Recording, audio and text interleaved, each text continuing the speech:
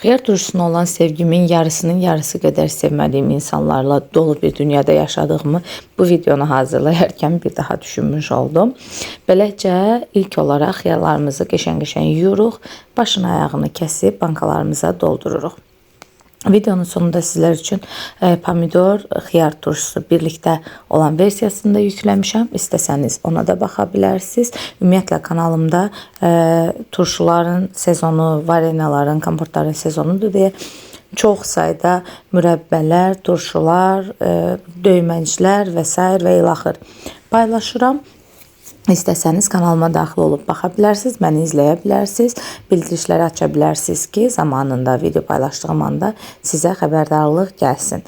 Öz seçiminizdir, etsəniz çox şad olaram, yenə də siz bilərsiniz. Xiyarlarımızı bankalara yığdıqdan sonra isə üzərinə 2-3 ədəd dəfnə yarpağı, 2-3 diş sarımsaq, 1 yemək qaşığı duz, 1 yemək qaşığı şəkər tozu, 2 yemək qaşığı sirkə və qaynar su əlavə olunub qapağı örtülü bir şəkildə soyuq suyun üzərinə bir dəsmal yerləşdirilərək bankalar yerləşdirilir, 15 dəqiqə qaynadılır. Qaynadıqdan sonra isə üzərlərinə 1 yemək qaşığı uksus əlavə olunub qapaq preslənir.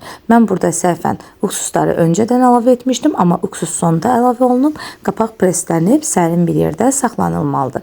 Bayaq da dediyim kimi bu videonun sonunda isə pomidor və biber turşusunu, xiyar turşusunun birlikdə hazırlanmasını sizlərlə bölüşmüşəm, onu da izləyə bilərsiniz. Bəzi içi çürük yaxınlarımız kimi atamın bağdan gətirdiyi pomidorların da böyük əksəriyyəti çürük çıxdı. Elə məhz bu səbəbdən də qərara gəldim ki, pomidor turşusuyla xiyar turşusunu bir bankada hazırlayıb.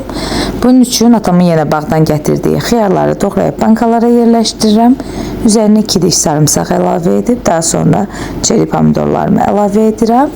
Daha sonra isə üzərinə 1 ədəd acı biber, 2-3 yarpaq lavlı list, şüyüt qurusu, məndə qurumamışdı hələ tam, bir topa ondan, daha sonra isə 2 qənd, 2 baş qənd, 2 yemək qaşığı sirkə, 1 yemək qaşığı uksus, 1 yemək qaşığı duz və son olaraq qapqaynar suyumu əlavə edirəm. Qapaqlarını yüngül örtüb, daha sonra isə bir qazanın içərisinə soyuq su əlavə edib, dəsmal yerləşdirərək bankalarımı qazana yerləşdirib 15 dəqiqə qaynadıram. Sonra isə ağızlarını presləyirəm və skoçla yapışdırıram ki, çünki pomidor turşusu da hər ehtimala qarşı işimizi garantiləmiş oluruq.